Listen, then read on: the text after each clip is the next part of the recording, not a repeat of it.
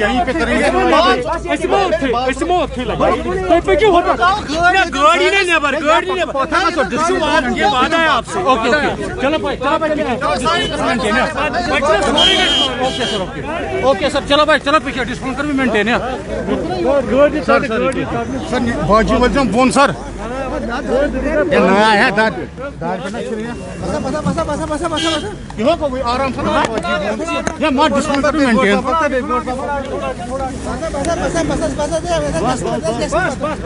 बाजी या किस गाड़ी पे या आराम से बाजी आराम से बाजी आप बैठो आराम से हमारे से पास एक माइक पे क्या शुरू करा करो बाजी आप बैठो ओके रोल बाजी आप बैठो ओके मैडम रोल बाजी एक मिनट जी बताइए ओके मैडम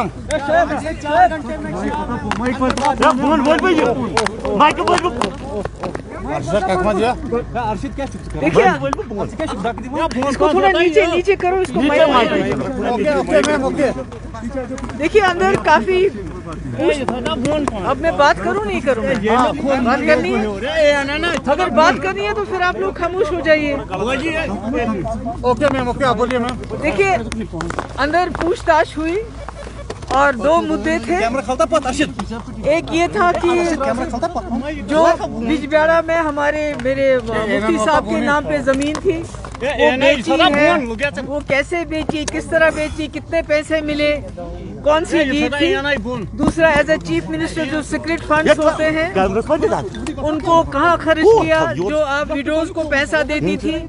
उन विडोज की लिस्ट कहाँ से आती थी उनकी निशानदेही कौन करता था या आपने यूथ एंगेजमेंट के लिए अगर कोई पैसा खर्च किया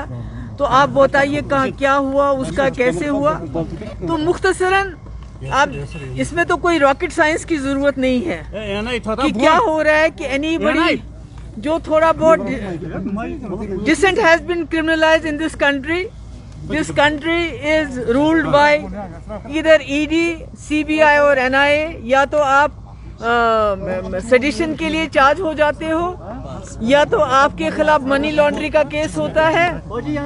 जो बात करता है उसके खिलाफ जो है इसी तरह ईडी का इस्तेमाल किया जाता है एनआईए का इस्तेमाल किया जाता है और जो मुल्क है इस वक्त it is not running according to the constitution of India it is running according to a particular party's agenda उसमें आप बात नहीं कर सकते हो मुंह नहीं खोल सकते हो जो कोई बात करता है उसको हाउंड किया जाता है और ये बातें चलती रहेंगी मैंने पहले भी कहा dissent has been criminalised in this country जो भी आपको अपोज करता है या आपके खिलाफ कोई बात करता है तो उसको आप ईडीआई या एनआईए से जरिए या तो सेडिशन के चार्जेस लगाते हैं या मनी लॉन्ड्रिंग के चार्जेस लगाते हैं तो ये बातें मेरा ये है कि मेरे पास छुपाने के लिए कुछ नहीं है मेरे हाथ बिल्कुल साफ हैं